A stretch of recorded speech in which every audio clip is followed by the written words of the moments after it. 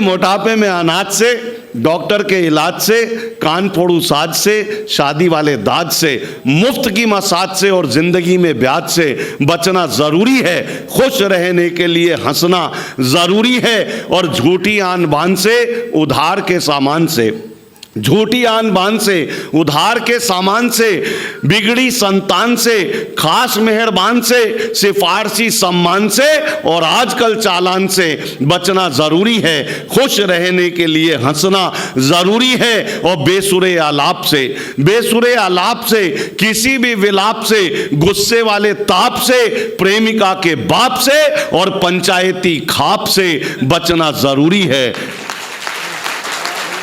खुश रहने के लिए हंसना। देखिए क्या है कि आपने पुरानी फिल्में देखी होंगी, पुरानी फिल्मों के डायलॉग सुने होंगे। वो पुराने लोग कौस्तुभ जी बड़े दूरदर्शी विचारधारा के हुआ करते थे। वो आपने सुना होगा डायलॉग कि वो बताते थे नारी को ज्यादा एजुकेटेड मत करो, नारी को ज्यादा शिक्षित मत करो। क्यों? वो जानते थे, दूर के लोग, बड़े दूर की जानते थे, वो कहते थे नारी को एजुकेटेड मत करो। क्यों? हो सकता है कि कलयुग में इसका कुछ दुष्परिणाम सामने आए। हुआ क्या, पिछले दिनों मैं अपने दोस्त के विवाह में गया। अगले दिन दुल्हन को विदा करके लाना था। जैसे ही विदा करके लाने लगे तो दुल्हन रोने लगी। रोने लगी तो देखकर मेरा दोस्त भावुक इमोशनल दूल्हा वो भी रोने लगा। मैंने कहा तू क्यों रो रहा है? बोले ये क्यों रो रही है? मैंने कहा इसकी तो शादी हुई है। बोला वो तो मेरी भी हुई है। मैंने कहा ये तो अपने माँ बाप भाई बहन को छोड़कर जाएगी। बोला जाकर मेरे भी तो छुड़वाएगी। ये परिवर्तन क्यों आया? ये परिवर्तन इसलिए आया दोस्तों कि हमें करना क्या था, हमने किया क्या? हमें लोगों से रिश्ता बनाना था, चीजों को इस्तेमाल करना था। हम चीजों से रिश्ता बनाने में जुट गए और लोगों को इस्तेमाल करने की प्रवृत्ति हमारे भीतर आने लगी। इसलिए हमारी सोच में परिवर्तन आया। मेरा खुद का 12 साल का बच्चा कोरोना काल में मेरे पास आके कहने लगा पापा कार बेच दो, रिक्शा ले लो।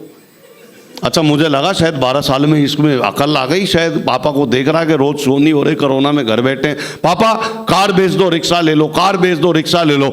जब उसने 10 बार मुझसे पूछा तो मुझे संशय हुआ। मैंने कहा बेटा तू मेरी कार क्यों बिकवाना चाहता है? बोले बस पापा मैं कई दिन से समाचार में देख रहा हूँ, सुन रहा हूँ कि रिक्शे वाले का बेटा IAS बना।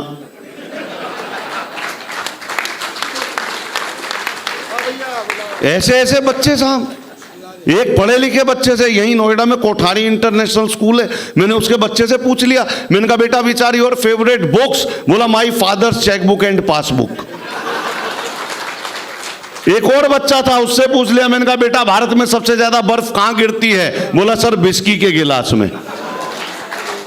अच्छा, कुछ लोगों को इस पंक्ति पे बच्चे समझ नहीं आए होंगे, विस्की समझ आई होगी, क्योंकि सुबह का अपना मजा है, शाम का अपना मजा, जूस का अपना मजा है, जूस का अपना मजा है, जाम का अपना मजा, और आशिकी में कल मैं उसके भाइयों से फिर पिटा, दर्द का अपना मजा है, बाम का अपना मजा।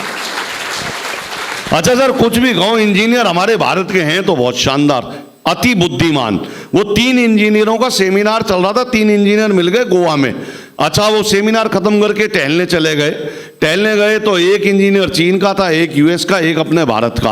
अब वो तीनों बातचीत करने लगे। अचानक उनका पांव एक चिराग से टकरा गया।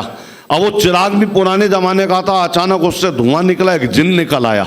जिन निकला तो बोले तुमने मुझे आजाद किया है, मैं तुम तीनों का नौकर बनूंगा, तुम्हारा हुक्म मानूंगा, लेकिन सबसे ज्यादा काम उसी का करूंगा जो मुझे सबसे ज्यादा टिपिकल काम देगा।